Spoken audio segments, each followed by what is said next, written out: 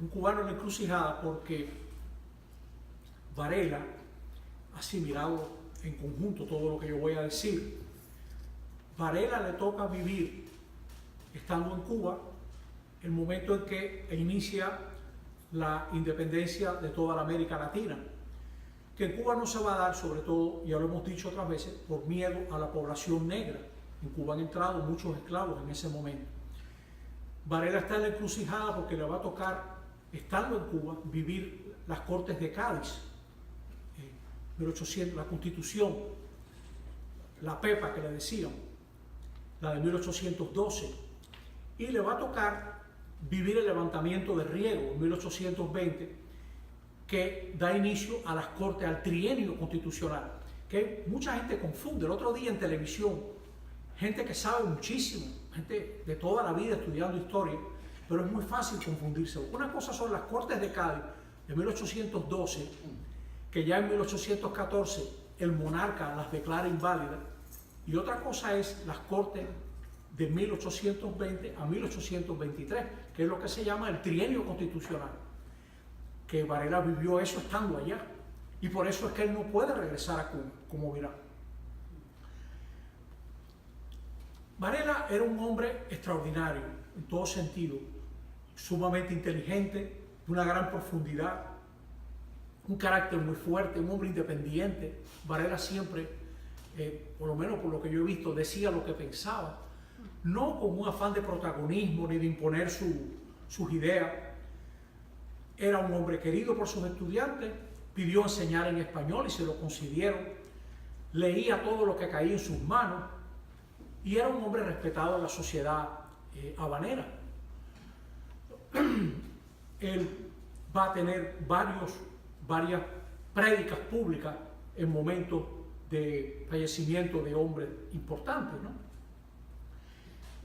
Todo lo que vamos a estudiar hoy empieza con el levantamiento de Riego el 1 de enero de 1820. Las tropas que iban a América se rebelan. Y lo primero que van a hacer ellos es tratar de que el rey tenga que volver a aceptar la Constitución que por primera vez en la historia de España limitaba su poder absoluto. Nosotros venimos de una tradición muy absolutista. Tal vez por eso estamos aquí en Miami algunos. O sea, una tradición que no respetó, diríamos, la Constitución. No tuvo un límite de la Constitución. Los ingleses ya lo habían hecho en el siglo XVII. Tuvieron una monarquía constitucional. Ya para 1688, 1689, ya tenían una monarquía constitucional. Que por cierto, eso va a generar la independencia de los Estados Unidos, porque si ellos tienen impuestos con representación, los norteamericanos pedían también tener impuestos con representación. Pero España no, España está totalmente en otra tradición absolutista. Y Fernando VII tuvo que aceptar la Constitución, otra vez, la de Cádiz, tuvo que jurarla. Para que se entienda lo que está pasando, cuáles son las fuerzas que están debajo. Primero, de un lado están los liberales, que quieren que vuelva la Constitución de 1812. Era un régimen que abolió la Inquisición, aunque declaró el catolicismo la religión oficial. Yo no recuerdo bien el número, pero más de la tercera parte de los delegados de Cádiz eran curas, eran eclesiásticos, que eran de la gente más estudiada en esa época. Ellos estaban contra Francia, porque era la Francia revolucionaria que los invadió a ellos. Napoleón invade en 1808 con la excusa de que él va a castigar a Portugal, pero lo que hace es quedarse en España, pone a su hermano José y los españoles se rebelan. O sea, que ellos identifican el invasor francés con las ideas de la Revolución Francesa. Pero habrá españoles que tengan las ideas de la Revolución Francesa, pero no quieran al invasor francés. Esas dos cosas se dan. Puede ser España liberal, ¿no? Que tiene una junta central, que hace unas cortes constituyentes. Es a esas cortes que Cuba mandó delegados, ¿no? cuando estas cortes quieran hablar de la esclavitud, inmediatamente el delegado de Cuba, que en ese momento creo que uno de ellos era Jauregui, va a decir, no se puede abolir la esclavitud de ninguna manera, ni traten de eso, no hablen de esas cosas. ¿Por qué era importante? Bueno, relativizaba el poder del monarca, la soberanía está en el pueblo, divide los poderes, establece un gobierno representativo, va al sufragio universal masculino, que las mujeres votasen ni pensarlo, ¿no? O sea, eso en el siglo XX aquí en este país, por ejemplo, la igualdad ante la ley, los derechos individuales y el catolicismo como religión, eso no se discute. Esa es la portada de una edición posterior. Fernando VII aprovecha esos años que van de 1814 en adelante para nombrar a su gente en las sedes episcopales, ¿no?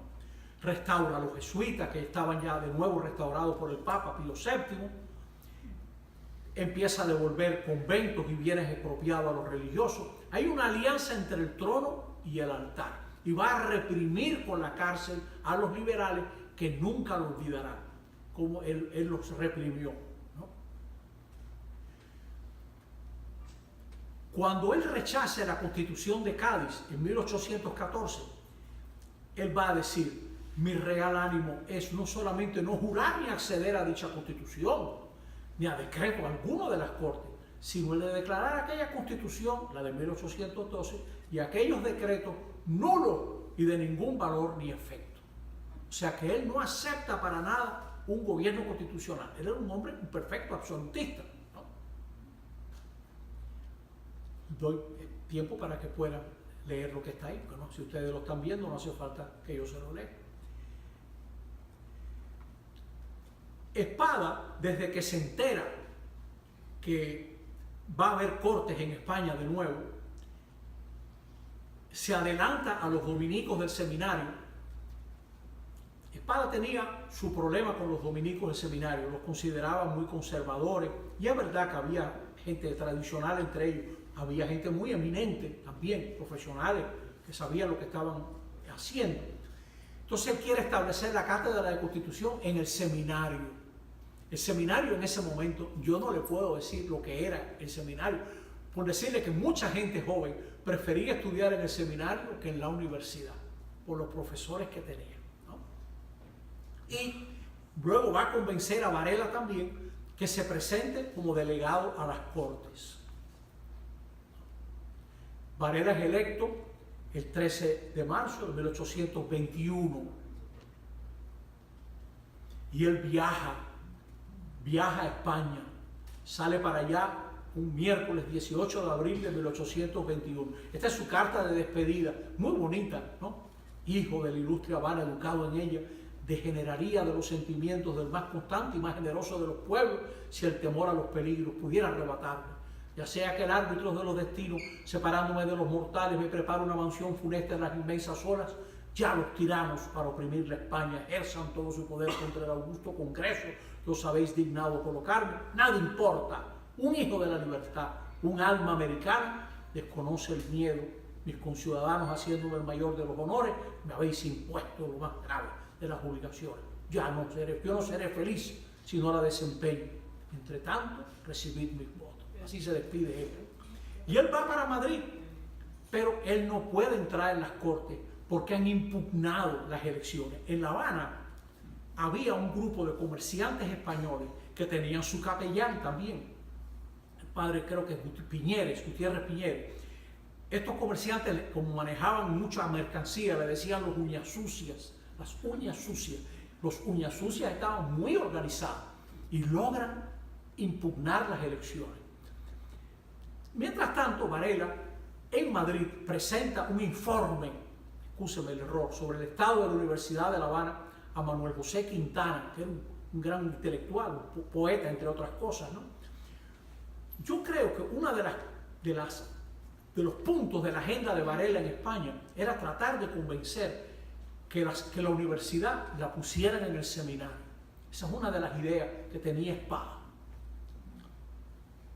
Varela logra ser electo ahí se movió mucha gente, incluso gente que pensaba distinto de él, como O'Gavin, por ejemplo, que era también presbítero, logran que lo elijan otra vez en las elecciones. Este era un hombre queridísimo, ¿no?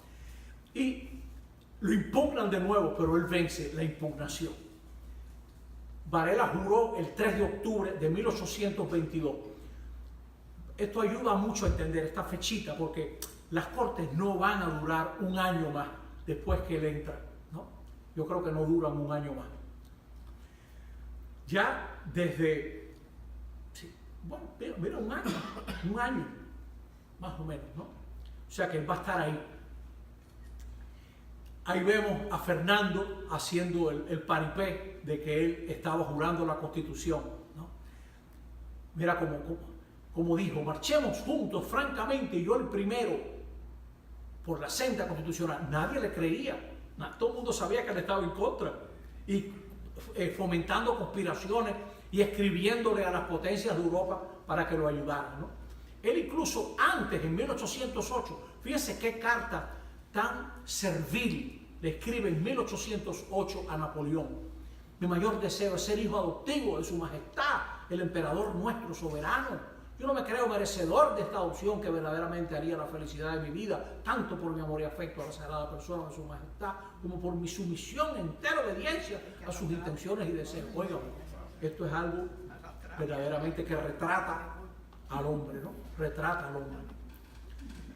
En ese momento, desde enero de 1820, hay gente en el ejército que aspira a restaurar al monarca.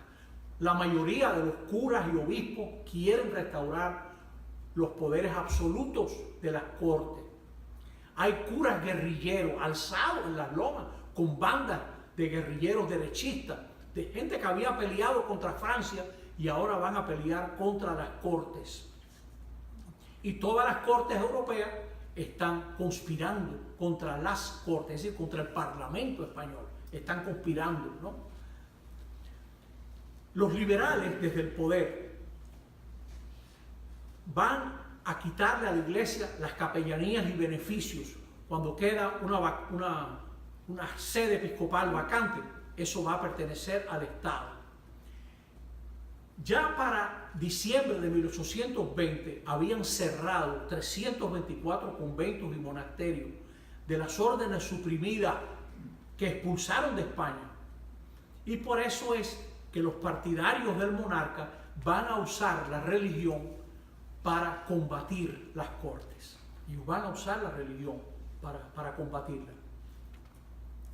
Varela, que sabe que hay curas guerrilleros, cuando se trata el tema, ¿quién debe decir qué sacerdote es idóneo para ejercer el ministerio? Varela dice, toca a la iglesia determinarlo. Uno pensaría que él, como es liberal, él era liberal, sabe que esta gente está combatiendo con armas en la mano contra las cortes. Uno pensaría que diría, las cortes deben decirlo. No, él es presbítero. Y dice, ¿cómo ustedes, esa competencia no es de ustedes? ¿Usted no tiene competencia en esto? Esto le toca a la iglesia, ¿no? Es la iglesia que es contraria a Varela en ese momento, la mayoría. ¿Se puede criticar las órdenes? Que las cumplan, pero una vez cumplidas, deben de poder ser criticadas. La crítica es sana, dice Varela. En un ambiente tenso se está peleando, ¿no? Hay delegados que dicen, estamos en circunstancias especiales. Dice, no importa, la ley tiene que regir, aunque se vivan circunstancias extraordinarias. Aunque haya guerra, no debe de privar el militarismo. Hace falta un equilibrio entre los poderes del Estado.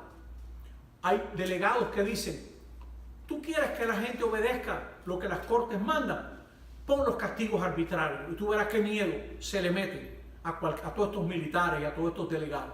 Varela dice, el castigo no puede ser arbitrario, no podemos salirnos de las leyes nosotros en medio de esa situación. Las palabras de Varela, yo estoy conforme que las circunstancias exigen que se eche un velo sobre la estatua de la ley, pero no hay que se le arroje por un risco para que se rompa. El conjunto de requisitos que pueden reunirse en estas acciones da a esta medida un carácter de despótica y arbitraria que destruye el equilibrio de los poderes y hace que las autoridades civiles y políticas quedan sujetas al capricho de los militares, dice Varela. Eso no se puede hacer. Estamos peleando una guerra, sí señor, pero la ley es la ley. Los militares no pueden decirme a mí qué cosa es la ley, eso no le toca a ellos. Para eso están las cortes, para eso estamos nosotros. Nosotros no podemos someter a ningún poder militar, por mala que esté la cosa. Enhorabuena que estos exijan de los ayuntamientos y diputaciones provinciales cuantos auxilios crean necesarios, pero autorizarles para que puedan imponer pena y reunir en sí el poder civil, judicial y militar, me parece que es algo más que poner una dictadura, dice Varela. Yo no creo que los militares tengan en disposición de decidir acerca de la gravedad de un delito, y mucho menos de imponer a los delincuentes la condigna pena al delito que hubiesen cometido, ¿no?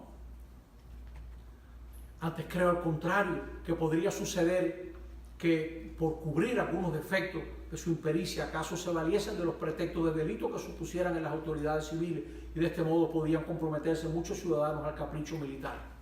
También me opongo a que la multa sea arbitraria. Este es el pensamiento de él y de los que pensaban como él en las cortes, ¿no? Dice, no se debe de dar todo el poder a los militares, porque eso lo va a hacer odioso al pueblo. Si los militares hacen lo que quieran, el pueblo no los va a respetar, ¿no? Van a perder ese amor, ¿no? Tiene que haber, entre pueblos y militares, tiene que haber amor. En cambio, va a haber odio eterno que va a dar motivo a que se pierda la patria, ¿no? Nos va a dividir. Un delegado dice, las teorías sobre el Tratado de Libertad son perniciosas y contrarias a la misma libertad en algunas circunstancias. Este es un hombre que piensa que la cosa está tan mala que no se debe respetar la libertad. Dice, en los casos comunes de calma y tranquilidad, no tienen la fuerza que les da la imaginación en ocasiones y situaciones extraordinarias. El país no vive una situación de tranquilidad sino extraordinaria. Hacen falta medidas extraordinarias, dice este delegado. Varela no piensa así, ¿no?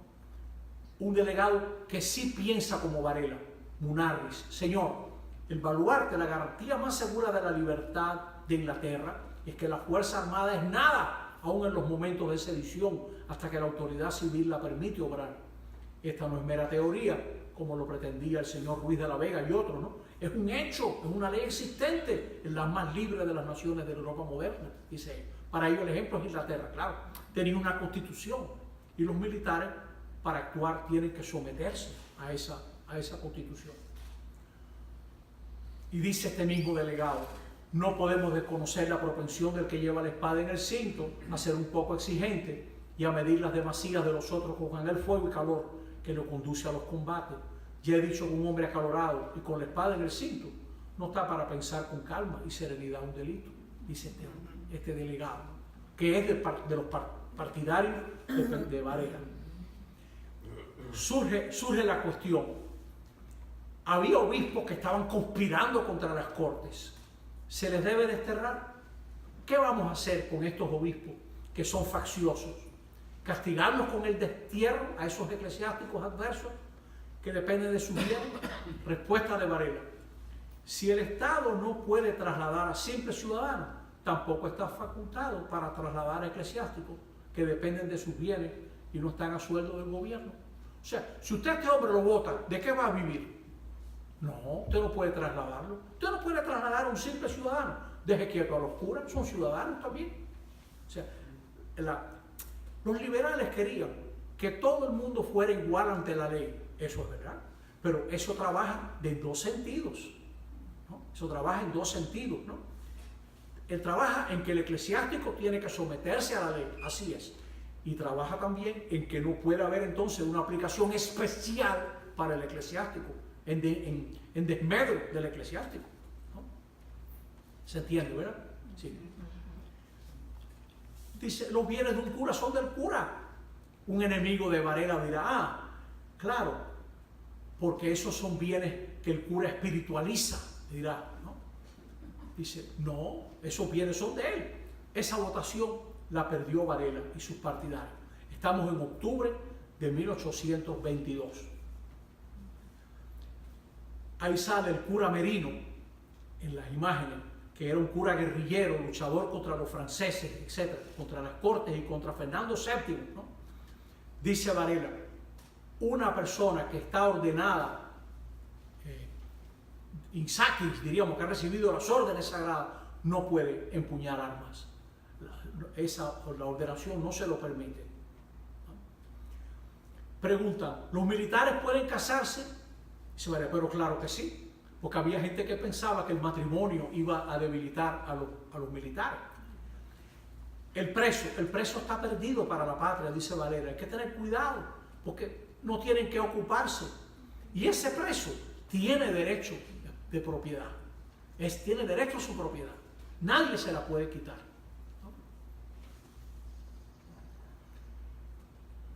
Las cortes a veces, por vagancia, por no querer trabajar, por no querer ocuparse de algunos asuntos, querían dejarlo en manos del monarca. Y Varela dice, las cortes no deben dejar en manos del monarca lo que ellas mismas pueden resolver. Y las cortes pueden revisar sus propias leyes. Una ley está mal, pues no importa, se puede revisar. Varela estaba opuesto a concederle facultades ilimitadas a los jefes de plazas sitiadas. O sea, va a haber un momento que le digan a las cortes, señores, se está peleando una guerra civil y hay ciudades que están sitiadas por los enemigos de las cortes. Vamos a concederle a esos militares todas las facultades. Vamos a concederle todas las facultades. Varela va a decir, no señor, eso es un error. No se puede concentrar todo el poder en una persona. Tristemente para Cuba, esas mismas serán las facultades que recibió Francisco Dionisio Vives y sucesores. Tenían facultades omnímodas.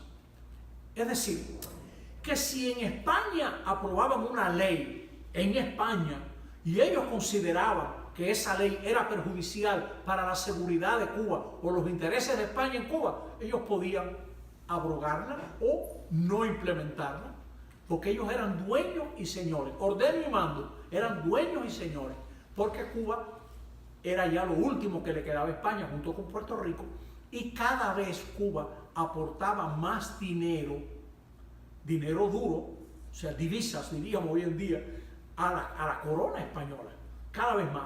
Eso va a ir subiendo justo hasta antes de la guerra de los 10 años, ¿no? Cada vez Cuba representa una mayor entrada de dinero para la corona española. Yo leí en algún lado que muchas veces los banqueros ingleses financiaban al gobierno español con adelantos para pagar sus sueldos contra las remesas de azúcar de Cuba. Era así que se financiaba la empleomanía pública española, con azúcar cubano. Bueno, ya ustedes ven qué interesante es esto, cómo a Francisco Dionisio Vives, ya en 1825, él tiene todas esas facultades. Por eso es que hubo en Cuba gobernadores tan odiados.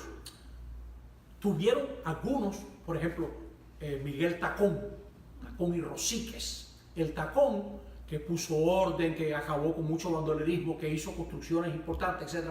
Era un dictadorcito. Él así deshacía, este señor. Incluso ignoraba a la gente que quería ignorar. A la larga lo sacaron, por supuesto, ¿no? Pero duró como 4 años mandando.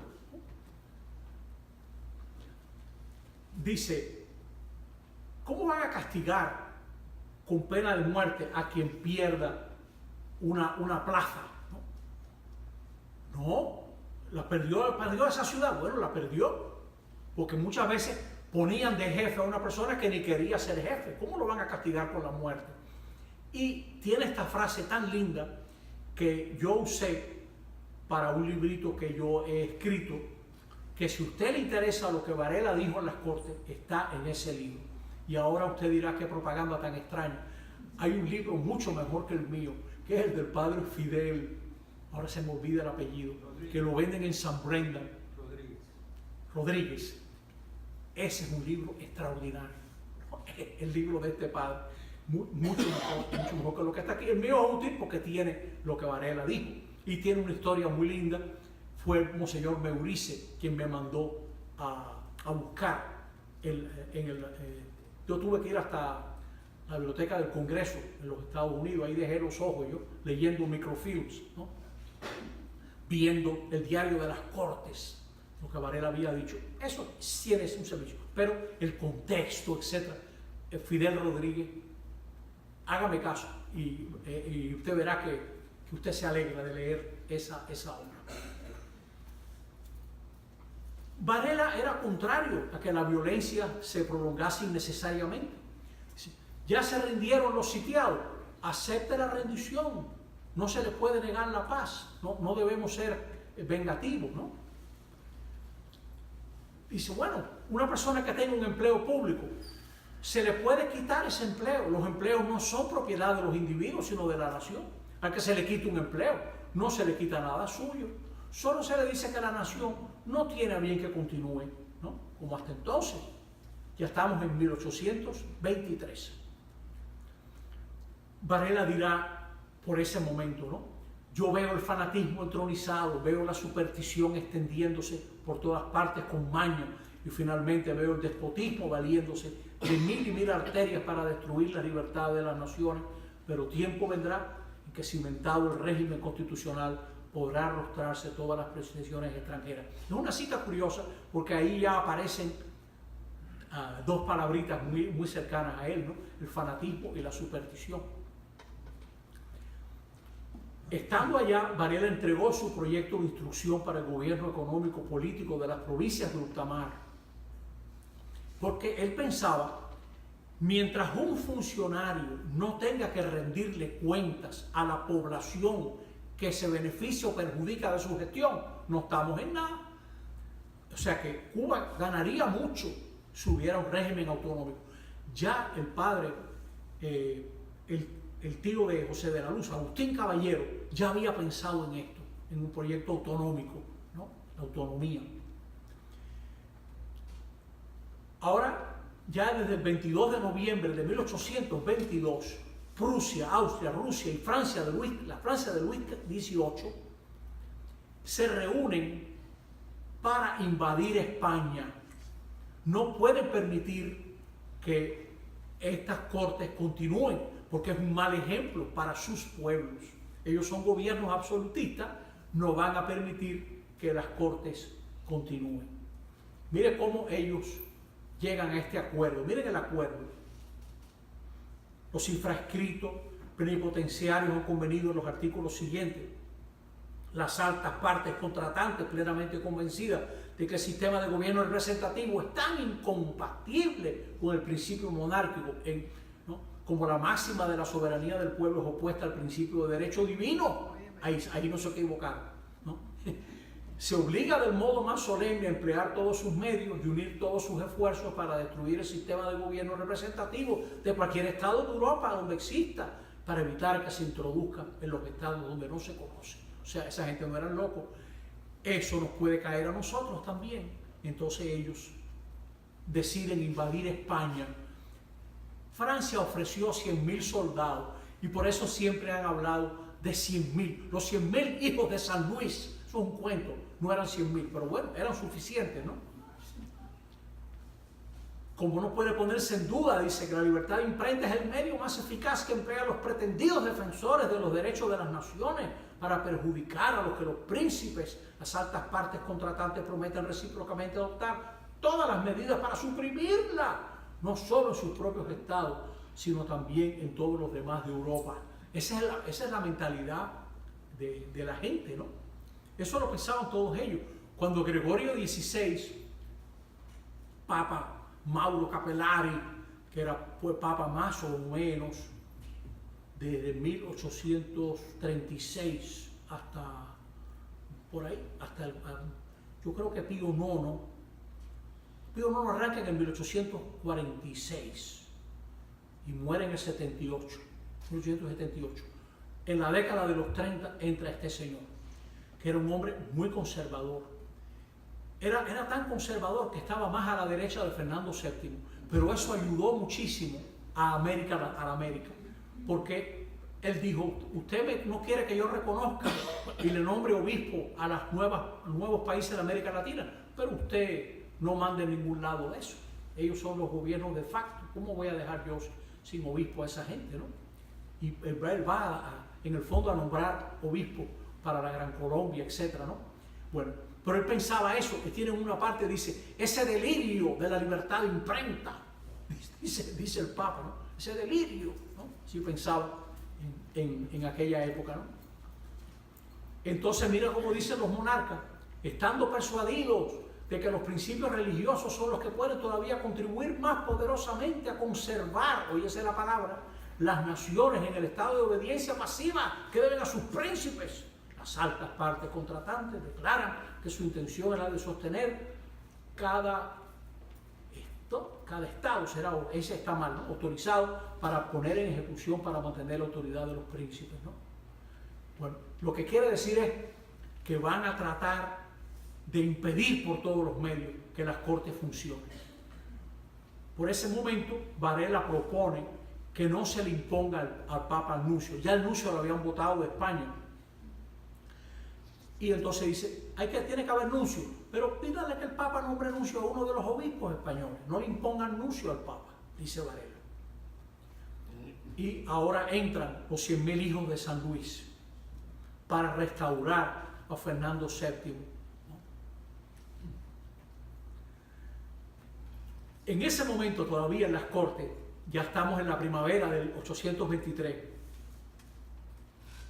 dice Varela, que puedan dejar sin efecto algunas leyes, que puedan tomar medidas para prevenir la corrupción, que se establezca la universidad en el Colegio Seminario San Carlos, propone Varela, ¿no? Y en ese momento ya han entrado en España las tropas francesas. Entonces, muy astutamente las cortes quieren moverse primero de Madrid a Sevilla y luego de Sevilla a Cádiz. El rey no quiere, el rey dice, no, eso no se debe hacer. Claro, el rey sabe que Madrid está más cerca que meterse en Sevilla, ¿no? Entonces las cortes tienen este dilema. Si declaran al rey traidor, que saben que lo es, tienen que fusilarlo, pero sería un escándalo, no es bueno para las cortes fusilar al rey. Entonces lo declaran demente para llevárselo para Sevilla. Y hubo delegados que votaban escondidos detrás de las columnas. Esa votación fue de noche. Varela votó de pie y clarito, ¿no? O sea, Varela está fichado desde el primer momento, ¿no? En ese momento, Varela, en la prensa, eso fue algo bien bonito de los que han publicado las obras completas en Cuba. Consiguieron un artículo de Varela rarísimo, donde Varela le dice a los españoles, señores, ya ustedes perdieron a América, reconozcan la independencia y queden amigos de América, dice Varela. Si no lo hacen, ¿quién va a ser el amigo de América? Inglaterra. Eso va a ser un error. Ustedes después de haber trabajado tantos siglos ahí y ahora darle a otro el mérito. Pues así fue lo que pasó. Dice, ustedes vendieron la Florida, que no peligraba, con todo respeto por Varela, la Florida peligraba. Sí. Los españoles, bueno, le sacaron algo a la Florida. ¿Sabes por qué yo creo que peligraba? Porque ya Andrew Jackson había entrado aquí con tropas persiguiendo a unos indios, etc. Y ya ellos sabían que no tenían cómo oponerse a las tropas norteamericanas en la Florida. Y entonces también Varela propone que la esclavitud sea abolida gradualmente e indemnizando, ¿no? Bueno, las cortes cayeron y ahora el 1 de octubre de 1823, por eso es que yo digo que Varela no duró ni un año, ¿no? Rodeado de tropas leales, vuelve a hacer lo mismo que hizo en 1814, deroga todas las leyes que aprobaron las cortes y ahora sí empieza a matar y encarcelar. ¿Cómo será que Luis XVIII, que era un dinosaurio, con perdón de los dinosaurios, le dice, óigame, modérese, usted está matando demasiada gente, usted está fusilando demasiada gente o metiendo presos, ¿no? Los liberales nunca olvidarán esa represión, peor todavía que la anterior.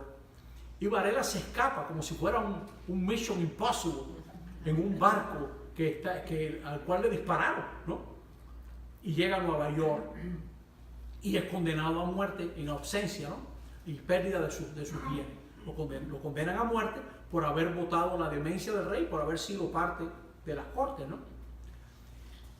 Mirando al futuro, Varela previó la superstición, la impiedad y el fanatismo de las guerras carlistas, sin duda. Ustedes saben que en España va a haber 3 guerras carlistas, porque cuando muera Fernando VII, quedaba como posible heredero su hermano Carlos, que era muy conservador, o la hija, que llegará a ser Isabel II. Entonces, los conservadores querían a Carlos, y por eso se llaman las guerras carlistas, que siguieron después. Por ejemplo, la guerra del 68, que es la próxima presentación aquí, el jueves 25. Esa guerra coincide con un levantamiento carlista, ¿no?, que fue suprimido rápidamente. Vendrá luego la venganza liberal contra la Iglesia y sus instituciones. La Iglesia había apoyado el absolutismo de Fernando VII. Cuando los liberales vuelvan a tomar el poder otra vez en la década de los 30 con el gobierno Mendizábal, le van a quitar a la Iglesia todo lo que puedan.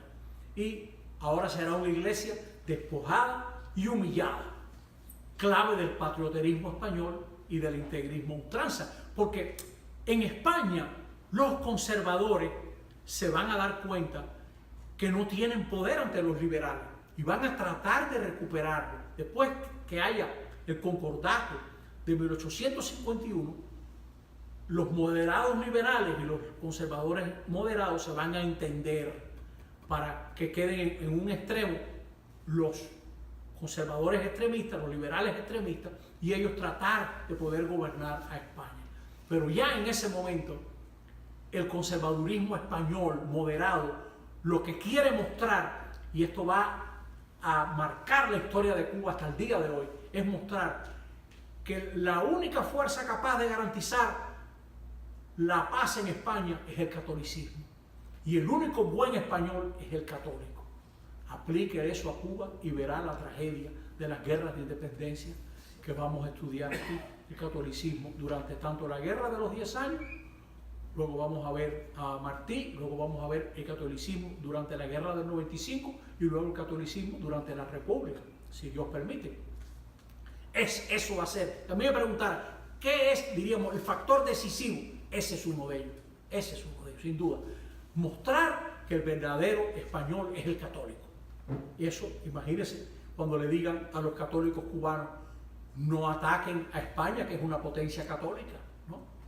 Bueno, Varela también captó la tiranía de los intereses económicos.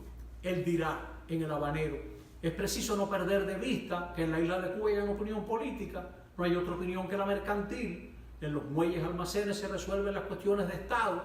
¿Cuál es el precio de los frutos? ¿Qué derecho colectan las aduanas? ¿Alcanza para pagar las tropas y los empleados? He aquí las bases. Lo demás queda para entretener tertulias cuando se podía hablar, dice Varela. Y más adelante, es preciso no equivocarse. En la isla de Cuba no hay amor a España, ni a Colombia, ni a México. Porque a Varela le van a decir, Varela, hay una conspiración de rayos y soles de Bolívar. Hay una conspiración del Águila Negra que está ligada a Guadalupe Victoria en México. Dice, déjense de eso, que en Cuba no hay más amor que a las cajas de azúcar y los sacos de café, ¿no? Dice él en El Habanero, ¿no? Que por cierto, el prólogo de esa edición del Habanero, de Ediciones Universal, es de Manolín Hernández, un prólogo fabuloso de esa edición. Y aprovecho para decir que, debí haberlo dicho el primer día, muchas de estas cosas las aprendí en los cursos de Manolín Hernández, que fue mi director de tesis y mi mentor 2 veces, en la de maestría y en la de doctorado en Georgetown University. Un buen recuerdo, ciertamente. Varela, independiente, crítico, realista respecto del poder y sus posibles abusos. Él empezó de autonomista, pero ya fuera de Cuba, él se vuelve independentista. Respetuoso de la competencia irreductible de la Iglesia a la hora de determinar quién es idóneo en materia pastoral, pero contrario a la instrumentalización de la fe a la superstición y la impiedad, proponen alternativas en asuntos disciplinares de la iglesia, ¿no? Las cortes fueron muy importantes para Varela, pues le proveyeron con una experiencia del liberalismo y de la instrumentalización de la religión. Algunos de estos señores fanáticos, curas, este hombre trató de matar a la reina, ¿no? A mitad de siglo, ¿no? Tenía una larga trayectoria, y eso que era un viejito, ¿no? Pero bueno, quería matar a la reina, ¿no? En los Estados Unidos, Varela continuará su interés por Cuba y sus asuntos, atentos a las condiciones que permitirían su independencia lograda con sus propios esfuerzos. O sea, Varela decía, seamos en lo político como somos en lo geográfico. Seamos islas, ¿no? Estamos solos en lo geográfico, así tenemos que actuar en lo político. Nosotros solos, no nos metamos de aliados de México o de aliados de Bolívar o de los venezolanos, nada de eso. No soy nosotros, porque él había visto los desmanes de las tropas que invadieron España cuando los 100.000 hijos de San Luis. Como saben, Varela solo publicó 2 tomos de las cartas del Elpidio, ¿no? No publica el tercero. Hoy en día yo he leído que se cree que la venta del segundo fracasó, o sea que Varela que no había mucha gente interesada en estas lecturas, ¿no? Él estaba bastante desanimado con eso. Y las cartas del Elpidio, bueno, hay gente que dice que era José María Casal, José de la Luz y Caballero, una figura simbólica, porque claro, en griego, elpides es esperanza, o sea, Elpidio sería esperanzo, ¿no? Y Mercedes García Tudri pensaba que era todo el pueblo de Cuba, pensaba ella, ¿no? Puede ser, esta señora tenía sus intuiciones, ciertamente. Su acción como presbítero tiene claramente 2 vertientes. En el exilio, la caridad, el idioma que todo el mundo atiende. Varela vive en una sociedad muy contraria al catolicismo. Esta es la época que quemaron el colegio de las Ursulinas, ¿no? Un colegio de monjas, y se salvaron las muchachas porque las monjas las sacaron con tiempo. Y la noche siguiente volvieron a quemar lo que no habían quemado, ¿no? O sea que, y nadie defendió, los bomberos mirando cómo ardía aquello, no hicieron nada por salvar a las monjas, un anticatolicismo tremendo, ¿no? Porque había también, muchos católicos eran irlandeses y había mucha animadversión contra el católico irlandés, como más tarde la habrá contra el católico italiano y el católico alemán, también más tarde en el siglo. Varela previó que iba a haber una alianza entre el trono y el altar, ¿no? Y esto que yo les decía antes, hay que ser isla también a la hora de buscar la independencia. Era consciente del materialismo cubano. Con mucha ironía habla de la masonería. Tiene un artículo que se llama Sociedades Secretas. Dice, pero qué raro, sociedades secretas y todo el mundo habla de ellas. Pues se ve que no son tan secretas, ¿no? Dice Varela, ¿no? Y también las máscaras, como alguna gente se presenta como católica, como piadosa para sus fines políticos, que era la estrategia de los conservadores en España, usar de la religión para fines políticos.